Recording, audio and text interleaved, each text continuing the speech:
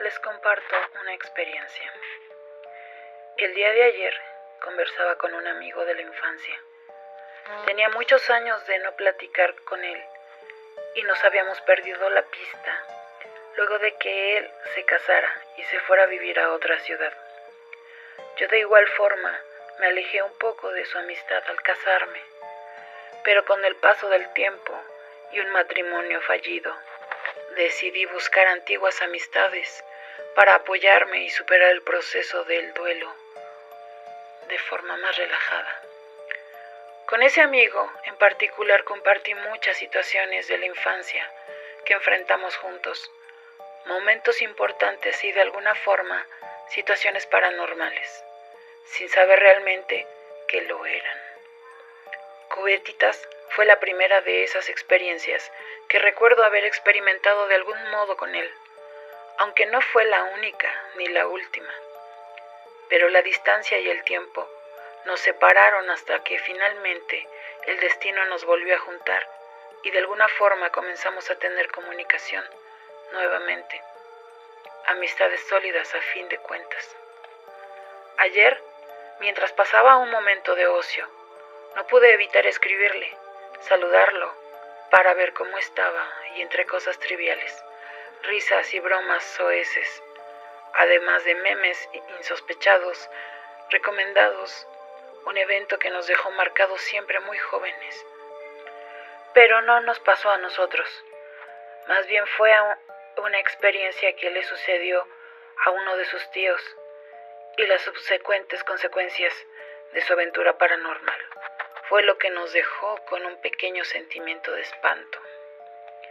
Su tío era un hombre mayor. Cuando llegamos un día a conversar con él, estaba algo loco. Era hippie y su casa siempre olía a hierba quemada. Además de tener una guitarra con forros de cajetillas de Marlboro y una cortina hecha con fichas de cerveza. Así vivía. Era tranquilo y relajado, pero había algo en sus ojos y sus actitudes que me hacían pensar que el tipo estaba realmente loco. Luego de unas conversaciones que tuvimos con él sobre la vida, nos platicó una experiencia aterradora, algo que le había sucedido mientras exploraba una casa en medio de un bosque sombrío y espeso, en algún lugar del centro de México, donde vivió muchos años. Las leyendas y rumores decían que ese lugar estaba deshabitado, pero a la vez ahí vivía un espíritu vengativo y maligno. La historia de la casa contaba que él, el dueño de ese lugar, había asesinado a su familia de forma horrible.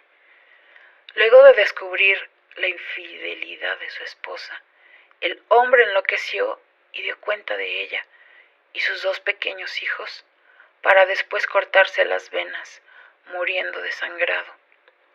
Como la casa estaba muy aislada, los cuerpos putrefactos fueron descubiertos semanas después por hombres de la compañía de luz que fueron a cortarles el servicio.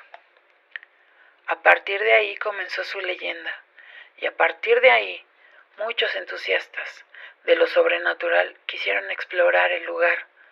Antes no había redes sociales o prestaciones para comunicar los hallazgos. Todo eran rumores, leyendas y cuentos contados de voz en voz. Fue así como llegaron a este lugar, pero también sabían que muchas de las personas que habían entrado previamente en este sitio habían sido consumidos por la locura y el terror antes de poder contar lo que habían visto, y otros fueron testigos que platicaban a medias la experiencia. A pesar de ello, una noche, el tío y otros amigos decidieron investigar la casa. Envalentonados por el alcohol y la hierba, lo único que llevaban eran linternas y mucho entusiasmo. Luego de llegar a la casa, se dieron cuenta del abandono y todo estaba en ruinas. Además de que en algunas partes ya se había caído el techo, por lo que era un riesgo estar allí. Avanzaron con cautela hasta llegar a la entrada de la casa y una vez dentro notaron que algo no estaba bien. El aire estaba frío y rancio y el silencio era tan denso que podía escuchar los propios latidos de su corazón y respiración.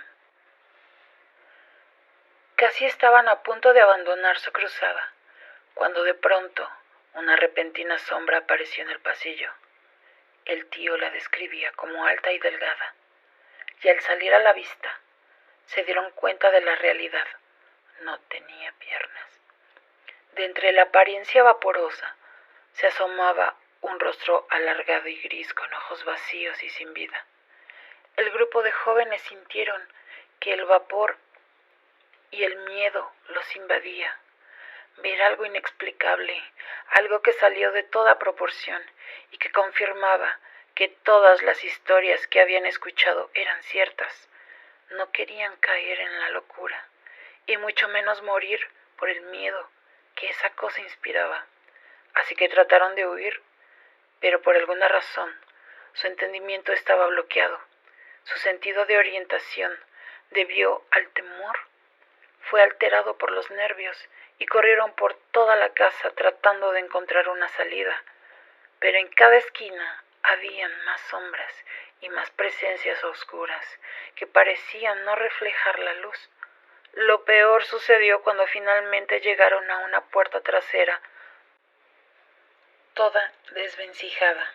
Sintieron la salvación y un momento de alivio, pero fue momentáneo.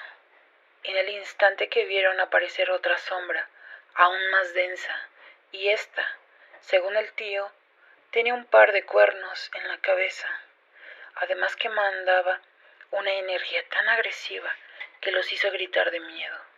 Los gritos, la zozobra y el horror fue lo que dominó sus sentimientos en ese instante, hasta que finalmente el tío tuvo una idea y fue a regresar sobre sus propios pasos para encarar nuevamente el espíritu que vieron primero. Ese en realidad no era un espíritu nocivo, como ellos pensaban. Era más bien algo que se había aparecido para advertirles que no debían estar ahí, que su vida corría peligro de muchas maneras. Y cuando finalmente la encontraron, detrás de este espectro estaba la salida, una ventana rota y sin protección que les serviría para escapar. Cuando finalmente lo hicieron, esa experiencia habría quedado marcado para siempre en sus conciencias, sobre todo en el entendimiento de que hay algo ahí, algo que es incomprensible y no se pudo ver. El tío quedó más loco a partir de ese momento, y en eso estábamos conversando mientras recordábamos esas y otras historias. Quedamos de vernos cuando él viniera a Tampico a visitar a su familia. Seguramente que cuando nos reunamos de nuevo, iremos a recorrer sitios abandonados en donde alguna vez llegamos a ver manifestaciones de lo sobrenatural. Eduardo Liñán.